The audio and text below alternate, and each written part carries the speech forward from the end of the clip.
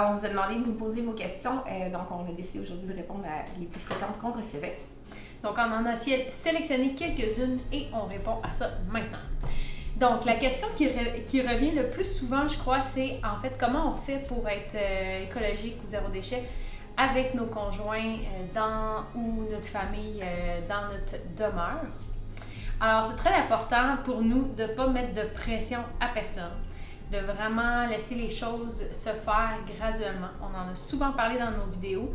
Nous, on est des personnes qui aiment avoir un équilibre et aussi intégrer les choses graduellement. Donc, de ne pas tout changer du jour au lendemain. Ça permet aux autres de s'adapter plus facilement.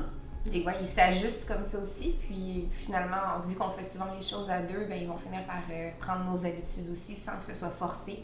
Puis que ce soit imposé aussi, parce que si on impose nos choix aux autres, je pense pas que ça fonctionne, puis ça devient plus frustrant qu'autre chose. Ouais, c'est sûr que personne n'aime ça être critiqué ou observé, chicané, peu importe. Donc, si c'est fait de façon positive, ça va être mieux accepté. Et c'est sûr que dans le cas où c'est plus nous qui va faire les courses, c'est sûr que c'est plus facile à intégrer si on veut. Sinon, c'est de respecter si l'autre personne désire, on en a parlé dans notre autre vidéo, le chum à Laurie qui aime les amandes dans le chocolat. C'est de respecter ça. Puis si c'est juste une chose parmi toute la cuisine, c'est pas vraiment grave. Donc, on choisit nos combats finalement. Non, il est fier après ça quand il va faire une épicerie ou qu'il va acheter des petites choses sur le pouce puis qu'il me dit « Regarde, j'ai pas pris de sac. » C'est vrai. T'es fière de lui aussi, hein? T'as-tu un mot à nous dire, Nick, sur ton expérience? Ouais, donc Nicolas aime les chips, ça, je pense que je l'ai dit souvent, puis vous êtes au courant.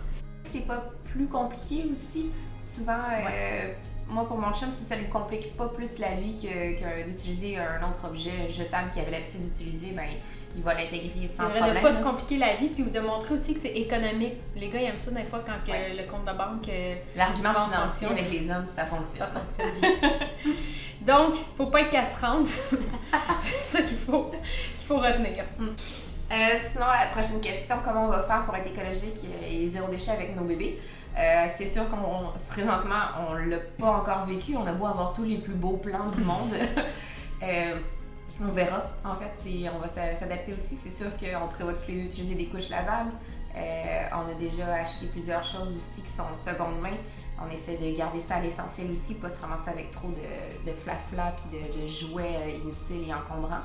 Mais ça, on va tout vous en reparler dans une prochaine vidéo. On a prévu un beau bloc sur ce sujet. Un blog, oui, avec toutes nos meilleures adresses, les produits québécois. C'est sûr que, comme Laurie l'a dit, on a des bonnes intentions, mais on se garde une flexibilité. Donc, on est consciente qu'on va utiliser des couches jetables dans les déplacements ou des lingettes jetables. Donc, je crois qu'encore là, c'est important de respecter, d'avoir un équilibre puis de ne pas être castrant. Ouais, parce que pour vrai, les couches jetables... on n'a comme pas le choix si on veut faire garder nos enfants, parce que moi je sais que pour mon entourage c'est quelque chose qui est comme très très très controversé, les couches lavables. Donc je peux pas imposer ça non plus à tout le monde, mais à la maison c'est sûr que c'est ce qui va être utilisé. Donc on vous revient avec toute l'information dans un prochain blog. Oui. Prochaine question. Le végétarisme. Oui, donc on a deux modes de vie différents. Pour ma part, ça fait environ plus de 7 ans que je suis végétarienne. Puis mon chum encore là est devenu végétarien avec le temps, sans que j'y impose. Ça s'est juste fait graduellement parce que je cuisinais. Puis il cuisinait il n'a pas eu le choix. C'était bon, fait qu'il s'est adapté. Puis tranquillement, je vais vers le... Véganisme, si on peut dire, parce qu'on dirait que de moins manger de produits laitiers aussi, l'envie est moins là. Ça se fait comme graduellement parce qu'encore là, je le dis encore, mais j'aime faire les choses de façon équilibrée avec le temps, sans trop de grandes cassures. Pas y aller juste parce que c'est une mode aussi. On en entend beaucoup parler, mais il faut bien faire les choses aussi puis se renseigner. Exactement. Donc, ça a été graduellement. Quand j'ai commencé, j'ai coupé la viande graduellement. Puis à un moment donné, le goût est juste vraiment disparu puis il n'est pas revenu depuis. Pour ma part, révélation choc, je mange de la viande, mon conjoint aussi, mais... Lancez-lui des roches! Je l'achète bio, j'essaie aussi de l'acheter le plus possible, moins de viande rouge. Puis sincèrement, on en consomme vraiment pas très souvent comparativement à ce qu'on a pu manger par le passé. On en mange peut-être une fois par semaine ou 2 fois par semaine. Puis j'essaie d'acheter comme un poulet entier puis le manger au complet. Je vais réutiliser les os pour faire des bouillons de poulet aussi. Donc on évite le gaspillage. Puis j'aime pas les étiquettes non plus. Je veux pas me dire que je suis végétarienne puis que si je vais manger chez quelqu'un puis on m'offre de la viande puis là, oh non, je peux pas en manger. Mais ça, c'est un choix personnel, puis comme tout ce qui est choix alimentaire, je pense que c'est très personnel aussi. Mais c'est ça, j'essaie de privilégier la qualité plutôt que la quantité. Maintenant, ça fait une très, très belle différence aussi sur le goût. C'est sûr que c'est plus cher aussi quand tu achètes de la viande biologique, mais encore une fois, le goût est meilleur. Puis, je sais que c'est meilleur pour ma santé aussi. Donc, je connais tout l'impact écologique qui est relié aussi à toute l'industrie de la viande et tout ça. Mais encore une fois, il faut y aller graduellement. J'en mange déjà beaucoup moins que j'en mangeais avant. Puis mon chum, faut que je peux pas le forcer à ça. Lui, il vient d'une famille française que pour lui, un repas, c'était vraiment un rôti avec un accompagnement. Puis là, maintenant, ça a déjà beaucoup changé. Il est capable de manger de végétarien pendant une semaine sans même s'en rendre compte et se plaindre. Fait que... Ouais, c'est quand c'est bon puis que c'est des bonnes recettes, ben ça l'encourage. Ça passe mieux. Sûr, ouais. Donc, c'est ça. On y va chacun à son rythme. Voici pour le végétarisme. Ensuite, comment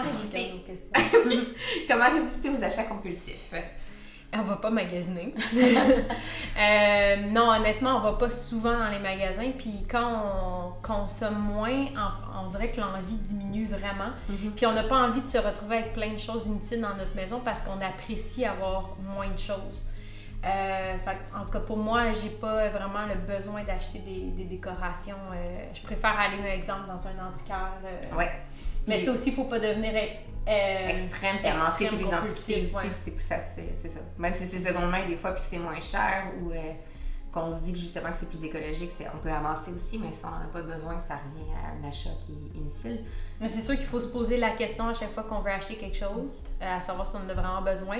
Mais posez-vous la question aussi quand vous avez envie d'aller magasiner, il y a peut-être une raison pour ça, peut-être que soit que vous ennuyez ou que vous pourriez faire autre chose, aller dehors ou faire à manger ou ouais, on est tous sensibles quand même au marketing, il faut faire attention, c'est sûr, les changements de saison. C'est vrai. Tout le monde a envie de renouveler sa garde-robe. La publicité aussi, je veux dire, on va être bombardé pendant le Cyber Monday. C'est facile avec Internet aussi, magasiner coupable. Oui. Ça arrive des fois que je suis vraiment bonne pour laisser un panier abandonné sur un site web. Oui, faites attention au magasinage en ligne, c'est très très facile de se laisser tenter par ça. Un truc, ben, c'est si vous voulez vraiment quelque chose, attendez 24 heures, pensez-y. Souvent, l'impulsivité passe. C'est vrai. Puis on se dit, finalement, j'en avais pas vraiment besoin. C'est de l'argent aussi qu'on peut économiser puis garder pour un voyage à la place. Moi, je vois ça comme ça maintenant. Au lieu de m'acheter plein de choses, ben, je me dis, je vais voyager à la place. Ça fait des belles vacances. Prochaine question. Les cheveux. On s'est fait poser la question sur les cheveux. On en a un peu parlé dans notre dernière vidéo, de la salle de bain. Dans le fond, nous, on se fait un petit peu chicaner par notre coiffeuse parce qu'on utilise des produits en vrac ou naturels. Donc, c'est sûr que parfois, c'est moins adapté pour les cheveux colorés. Exact. Fait que c'est sûr que peut-être que ça laisse moins une illusion. Ouais. Mais ça ne nous dérange pas. Mais on utilise... j'en ai trouvé un super en vrac que j'achète à l'espace organique. Sinon, Butter, qui est une boule de shampoing solide, ouais. Ouais, ça fonctionne super bien. Revitalisant encore en vrac, il y en a disponible. Le vinaigre de cidre de pomme aussi, comme pour enlever les résidus, ouais. Ça enlève, parce que souvent, on le sait qu'avec les cheveux colorés, les cheveux deviennent un peu plus poreux. Puis tout ce qui est les produits naturels comme ça, on dirait que des fois, ça va laisser un petit fini comme cireux. Mais c'est ça, le vinaigre de cidre de pomme mélangé avec de l'eau pour se rincer les cheveux, ça va enlever ce petit résidu-là, puis ça les laisse super doux. Fait qu'on n'en met pas trop, exemple, dans un pot maçon, on va mettre juste un fond de vinaigre de cidre et tout le reste d'eau. Puis on va juste le mettre sur les cheveux, on va le laisser agir un 5-10 minutes. Puis après, on rince. Sinon, on a toutes les deux des mèches, puis on sait que c'est pas ce qu'il y a de plus écolo non plus. Par contre, notre coiffeuse utilise des papiers qui sont lavables et puis qui sont réutilisables. Donc, puis on y va pas tellement souvent non plus. Sinon, on n'utilise pas de sérum non plus sur les pointes ou quoi que ce soit. Donc, c'est assez basique. Si vous voulez en savoir plus, vidéo de salle de bain, juste en bas. Mais on n'a pas de fixatif, de mousse coiffante, Non. de sérum lissant, etc.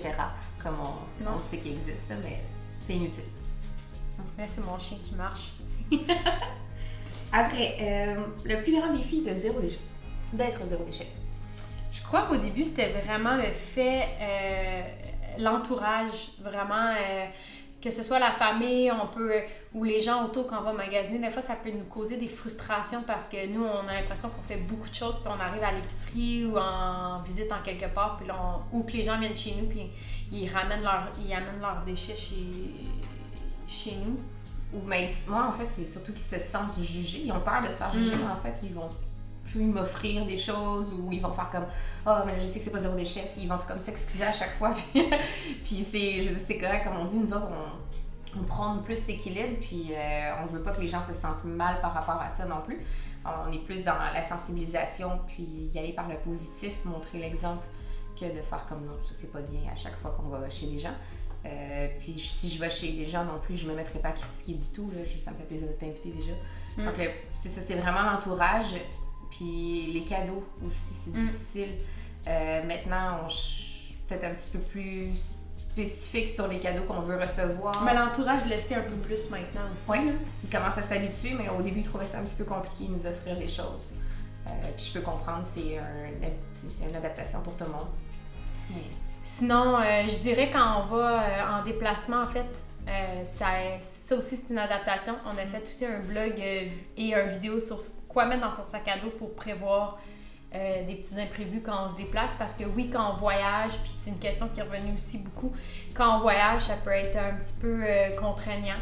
C'est sûr qu'il faut se laisser du lousse un peu, mais c'est vrai que le take-out parfois, ou ça peut être plus difficile. C'est un défi zéro déchet, mais il faut être équipé, avoir tout le nécessaire dans son sac à dos pour prévoir ces choses-là. Mais c'est un beau défi. Prêt en tout temps. Prêt comme des scouts. Est-ce que c'est tout? Ben, je pense que c'était dans nos questions les plus courantes. C'était les plus courantes. L'équipement pour bébé écolo, mais ça, encore une fois, ouais. On va vous en reparler. On a hâte de vous en parler d'ailleurs. Et tout ce qui est les questions par rapport aux vêtements, c'est revenu beaucoup. Oui. On a un super vidéo, un super blog sur le sujet. Je vous mets le lien ici. Donc, c'est sûr qu'on essaie de faire le plus de vidéos. Si vous avez des questions, vous pouvez les poser. On va faire notre possible pour vous répondre. Merci. Merci de nous suivre.